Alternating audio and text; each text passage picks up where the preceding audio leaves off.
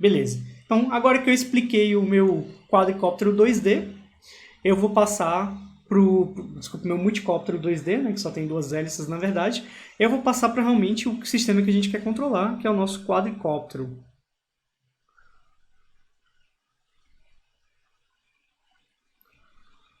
Agora, no caso, isso vai ser um sistema 6DOF, tá? Então, um sistema com 6 graus de liberdade, 3 graus de liberdade de translação e 3 graus de liberdade de rotação, tá? E aí, primeiramente, assim como eu fiz lá com o multicóptero 2D, eu vou falar da dinâmica do 6DOF, ou 6DOF. Só que para explicar isso, eu não vou explicar aqui no papel, porque eu iria demorar muito, né? Aqui no caderninho digital, né? Eu vou explicar utilizando slides, porque vocês vão ver que as equações elas são meio complicadinhas assim. Então vamos lá. A primeira coisa que a gente precisa falar, quando a gente vai falar agora do nosso quadricóptero em 6 graus de liberdade, ou 6DOF, é definir bem quais são os sistemas de coordenadas com que a gente vai trabalhar. Então, basicamente, vão ser dois sistemas de coordenadas. Tem um sistema de coordenadas que ele está preso no chão, que a gente vai chamar de global. Na literatura, você também pode encontrar outros nomes para eles, mas a gente vai chamar de global. E existe um outro sistema de coordenadas que está preso no drone, que a gente chama de sistema de coordenadas do corpo, ou em inglês body, né? Por isso que eu estou utilizando B aqui como sendo o índice para poder representar o sistema de coordenadas do corpo, tá? Então, as variáveis que vão ter G, elas estão ligadas ao sistema de coordenadas global, e as que vão ter B estão ligadas ao sistema de coordenadas do corpo, tá? Outra coisa que a gente tem que definir são eixos de rotação. Agora a gente tem rotação em 3 graus de liberdade, então a gente tem que dar nomes para cada um desses graus de liberdade. E aqui, utilizando a nomenclatura aeronáutica, então o pessoal de drone geralmente realmente utiliza essa nomenclatura, porque ela é muito normal em aeronáutica. A gente tem 3 eixos principais de rotação. Talvez fique mais fácil explicar utilizando um drone mesmo, né? Um drone real. Então, imagine que você tem esse drone aqui, você tem esses 3 eixos, né? Então, primeiramente, você tem esse eixo aqui que a gente chama de rolamento, né? Que é o eixo como se fosse a rotação no eixo X da minha aeronave. Aqui no drone seria esse eixo aqui, né? Então, esse eixo aqui de rolamento. Aí você tem esse outro eixo aqui que a gente chama de pitch, né? O rolamento em inglês é roll. O pitch é um rolamento em relação ao eixo, uma rotação em relação ao eixo Y. Em português a gente chama de arfagem. Então, o pitch seria esse movimento aqui, né? De subida e descida do nariz do meu drone. E, finalmente, você tem o último eixo de rotação, que aqui seria em relação ao eixo Z, que a gente chama de yaw, ou guinada. Então, esse último eixo seria esse eixo aqui, como se o drone estivesse girando em relação ao eixo Z. E uma outra coisa também importante a se falar é que aqui nessa figura ele está mostrando o eixo Z para baixo, né? O que é o contrário do que eu mostrei na figura anterior, porque aqui eles estão utilizando uma convenção aeronáutica. Geralmente o pessoal de aeronáutica eles colocam o Z para baixo, só que o pessoal de robótica, que é o tipo de notação que eu estou mais acostumado, costuma colocar o Z para cima. Então, em drone, eu já vi os dois tipos de convenção. Tem gente que bota Z para baixo, provavelmente o pessoal que veio do mundo de aeronáutica. Tem gente que bota Z para cima, provavelmente o pessoal que veio do mundo de robótica. Então, as duas coisas meio que são aceitas. A única coisa é que você tem que ser consistente com a sua convenção, né? Se você está trabalhando com Z para baixo em algum momento, depois você tem que se lembrar que você utilizou o Z para baixo. Assim, como se você tiver colocado Z para cima, depois tem que se lembrar que você utilizou o Z para cima, tá? Só ser coerente na sua convenção. Uma coisa também que tem que tomar cuidado, né? É que não é só você pegar o eixo Z e inverter, tá? Porque se você fizer isso, seu sistema de coordenadas não vai mais atender a regra da mão direita. Então você tem que basicamente rotacionar o seu sistema de coordenadas de modo que o eixo Y agora ele vai apontar para a esquerda, né? Ele estava apontando aqui para a direita da aeronave. Então se você botar o Z para cima, o eixo Y começa a apontar agora para a esquerda da aeronave, porque você tem que rotacionar o sistema de coordenadas, beleza? Então tem que só tomar cuidado com isso. Uma coisa que também é importante falar é quais são as notações matemáticas utilizadas para poder representar rotações em cada um desses eixos. Então uma rotação em rolamento a gente geralmente chama de φ. Essas notações elas são também aeronáuticas, tá? E em velocidade angular, né, uma velocidade angular no eixo do corpo em relação a x a gente chama de p. Uma rotação em relação a pitch a gente chama de θ. Por isso que eu estava chamando de θ, né, quando a gente está falando do multicóptero 2D. E a velocidade angular em relação aqui ao eixo Y a gente chama de Q. Aqui no eixo Z, né, que está relacionado ao yaw, a gente chama de psi, a rotação, e a gente chama de r, a velocidade angular, tá? Essas notações são bem importantes. Beleza. E aí um conceito que é muito importante, que está associado ao que foi mostrado no slide anterior, que a gente chama de ângulos de Euler, que basicamente essa ideia de a gente representar a orientação do nosso veículo utilizando ângulos de Euler, quer dizer que eu posso pegar a orientação do meu veículo, que vai ser qualquer, e representar como uma combinação, como uma sequência de rotações elementares, ou seja, uma sequência de rotações, cada uma no eixo diferente, separadamente.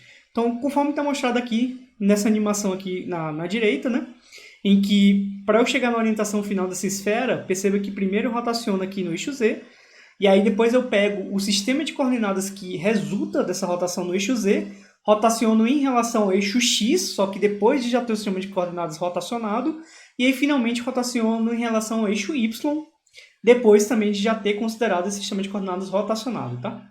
Então, a partir da sequência dessas três rotações, primeiro no eixo Y, depois no eixo X, depois no eixo primeiro no eixo Z, depois no eixo X, depois no eixo Y, eu consigo chegar na orientação final da esfera. Então, essa sequência de rotações que está mostrada aqui nessa animação é uma possível, porque eu posso escolher qualquer sequência que eu quiser, né? Se eu escolher qualquer sequência aqui, primeiro rotacionando, sei lá, em X, depois em Y, depois em Z, também vai dar uma orientação final. Só que dependendo da sequência que você adota e dos valores numéricos que você adotou para cada rotação, você vai chegar numa orientação final diferente, né? Então você tem que definir uma convenção de qual que vai ser a sequência de rotações que você vai adotar. A sequência de rotações que a gente vai adotar vai ser essa aqui, que é XYZ, ou também chamada de 3, 2, 1, que é primeiro rotacionar em Z, depois rotacionar em Y e finalmente rotacionar em X. A gente vai adotar essa notação só porque ela é mais comum em aeronáutica, tá? É que realmente o pessoal mais utiliza em aeronáutica, e aí por isso que a gente vai adotar ela. Perceba que essa sequência não é a mesma que está mostrada aqui nessa animação, tá? Mas é bem comum. E aí a ideia seria o seguinte, né? Imagina que a gente tem aqui o nosso drone, então seria primeiro rotacionar em Z, depois rotacionar em Y, ou seja, primeiro fazer yaw, depois fazer o pitch, né? E finalmente fazer em relação ao X aqui, o rolamento. Então essa seria a minha sequência de rotações para a gente adotar nossos ângulos de Euler, tá? E aí, como eu falei, né, a gente tem as rotações elementares, que seria a rotação em cada um dos eixos separadamente. Então, uma rotação em relação ao eixo Z, de um certo ângulo π, é dado por essa matriz de rotação. Aqui já é uma matriz de rotação considerando 3 dimensões, né? Uma rotação em relação ao eixo Y de um ângulo θ é dado por essa matriz de rotação. E uma rotação no eixo X de um ângulo φ é dado por essa matriz de rotação que está aqui. Então, para a gente conseguir obter a transformação do sistema global para o sistema do corpo, usando a convenção Z, Y, X, ou 3, 2, 1, seria simplesmente fazer uma multiplicação dessas três matrizes. Então, para sair do sistema global para o sistema do corpo, eu primeiro rodo em Z, né? Como a convenção diz, né? X, Y, Z, depois rodo em Y, depois rodo em X. E aí, se eu multiplicar essas três matrizes, eu obtenho essa matriz enorme aqui, né? É uma matriz que parece meio complicada. Perceba que eu comprimi também o nome de cosseno e seno, para também não ficar grande demais. Então, na verdade, quando eu tenho um seno de um certo ângulo, né? Sei lá, vou botar C alfa. Isso aqui, na verdade, significa cosseno de alfa. E quando eu tenho um S alfa, aqui nessa notação, isso aqui significa um seno de alfa, tá? Só botei C θ, S psi para poder ficar mais comprimido. Então, essa aqui é a minha matriz de rotação, de transformação do sistema de coordenadas global para o sistema do corpo, tá? Então, sei que parece um negócio muito complicado, mas assim, se você implementar isso no computador, não tem muito mistério, né? Realmente ficar operando na mão um pouco chato. E uma propriedade muito interessante de uma matriz de rotação é que ela é uma matriz ortonormal. Então, isso basicamente quer dizer que se eu quiser fazer a transformação contrária, né? Eu quiser fazer uma matriz que transforma do sistema de coordenadas do corpo para o global, isso seria a inversa da matriz que transforma do global para o corpo. Só que isso, na verdade, vai ser simplesmente a transposta dessa matriz, né? Então, isso é uma propriedade muito interessante que ajuda bastante a fazer as contas, porque a gente sabe calcular a inversa é uma coisa que geralmente é bem chatinha, só que aqui no caso é só calcular a transposta, que é uma operação muito mais simples. Uma coisa também que é muito importante falar de ângulos de Euler é que ângulo de Euler tem sempre singularidade, tá? É uma representação que é muito conveniente, principalmente para a interpretação humana, Então, os ângulos de Euler são muito convenientes para a interpretação humana, é muito fácil um ser humano entender o que é um pitch, o que é um yaw, o que é um roll, é bem intuitivo, só que tem um problema de representação que se você chegar, no caso, utilizando essa convenção ZYX, se você chegar em θ igual a mais ou menos π sobre 2, você tem um problema, tá? Você começa a ter problema aqui na representação e coisas ruins podem acontecer. Não vou entrar muito em detalhes, mas, assim, basicamente uma coisa que você tem que pensar é que se o seu drone ele chegou em θ igual a π sobre 2, cara, alguma coisa muito errada aconteceu, tá? Porque isso é basicamente um pitch de 90 graus, né? Um pitch de 90 graus significa que seu drone está olhando para cima, né? Então, se isso aconteceu, alguma coisa muito errada aconteceu. Então, para os efeitos das nossas simulações aqui, isso não vai ser problema. Só que, claro, se você for fazer realmente um simulador robusto, não é uma boa ideia você ficar utilizando ângulos de Euler. Se você quiser fazer uma coisa realmente robusta, mas para os nossos propósitos aqui, vai estar tudo ok, não vai dar nenhum problema. E como eu falei, se você chegar em θ igual a π sobre 2, ou θ igual a menos π sobre 2, significa que alguma coisa muito errada aconteceu com o seu drone. E provavelmente até para um sistema real, uma implementação desse tipo não seria problemática, você trabalhar com ângulos de Euler. E aí agora falando mais um pouco sobre notação, a gente vai adotar a seguinte notação. Uma posição no sistema global de coordenadas vai ser dada por esse vetor xg, né, que na verdade seria o xyz. Força no sistema de coordenadas global vai ser um fg. Força no sistema do corpo vai ser um fb. E aí perceba que aqui é fx, fy, fz, aqui é a mesma coisa, só que um fxb, fyb e fzb só para indicar que está no sistema do corpo. Velocidade linear no sistema do corpo é dado por UVW. É muito comum se escrever as equações de dinâmica de voo de um veículo aéreo, né, utilizando essas velocidades lineares no sistema do corpo. Tá? Então, por isso que eu estou mostrando aqui, e aí essa notação UVW que é muito utilizada. Velocidade angular no sistema do corpo eu já tinha falado, né? PQR, também muito usado essa notação. E o vetor de torques no sistema do corpo vai ser dado por tal x, tal y e tal z, beleza? Agora eu vou mostrar as equações de dinâmica de voo em 6 graus de liberdade, ou 6DOF. Eu estou mostrando aqui essas equações mais a título de ilustração, tá? Eu sei que elas são meio grandes e complicadas, mas não precisa saber elas, vocês também não vão precisar implementar, daqui a pouco eu explico por quê. Eu estou mostrando realmente só para vocês terem noção como que são elas, vocês verem alguma vez, mas novamente não precisa se preocupar muito, tá? Então, para translação, no caso de posição, né, as derivadas da posição de translação são dadas por essas equações que estão aqui, então derivada do x, derivada do y, derivada do z, e para rotação é dado por essas equações que estão aqui. Perceba que na translação aparecem aquelas velocidades nos eixos do corpo, tá? O pessoal muitas vezes implementa assim mesmo. E aí, para rotação, são essas equações aqui tá as derivadas dos ângulos de Euler em relação àquelas velocidades angulares no eixo do corpo. E agora as derivadas da velocidade, né? Ou seja, a aceleração, no caso aqui para translação, e agora para rotação.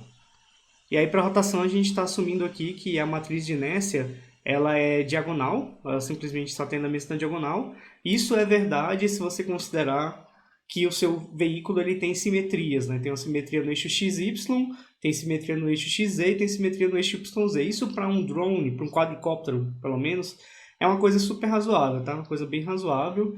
E se você pegar alguns modelos oficiais, eles consideram realmente essa simetria, beleza? Se isso não for verdade para o seu drone, aí essa equação fica ainda mais complicada, com alguns outros termos a mais cruzados, mas pelo menos se você tiver todas as simetrias, elas ficam nessa cara, que também não é tão simples assim, mas não é super complicado. Beleza, mas aí como eu falei, não precisa saber essas equações, porque o MATLAB, na verdade Simulink, ele tem um bloquinho que é muito bom, que é um bloquinho chamado 6DOF, né, por acaso. Você procurar lá é 6DOF. E aí esse bloquinho ele já tem as equações de dinâmica de voo implementado, tá? Isso aqui está no Aerospace Toolbox, na verdade é um toolbox não é nem da parte de drones, né, de UAV, é realmente uma parte de aeroespacial, que é utilizado também para simulação de avião, simulação de mísseis e outros veículos aeroespaciais. Então é só a gente utilizar. Essa entrada aqui, ela tá no eixo do corpo, tá? Tanto essa força quanto esse momento aqui, né? O vetor de torques, eles estão no eixo do corpo. E aí ele calcula aqui algumas coisas no eixo global, né? O que tiver E, na verdade, significa Earth. Então E significa Earth. E o que tem B é body, né? É de corpo. Então, tem coisas no eixo da Terra, que seria o nosso eixo global, e tem coisas nos eixos do corpo. E perceba que ele já te dá os ângulos de Euler, ele já dá uma matriz de transformação, né, do eixo global para o eixo do corpo, e assim sucessivamente, né? Velocidade no eixo do corpo e assim vai. Então, é super conveniente de se utilizar.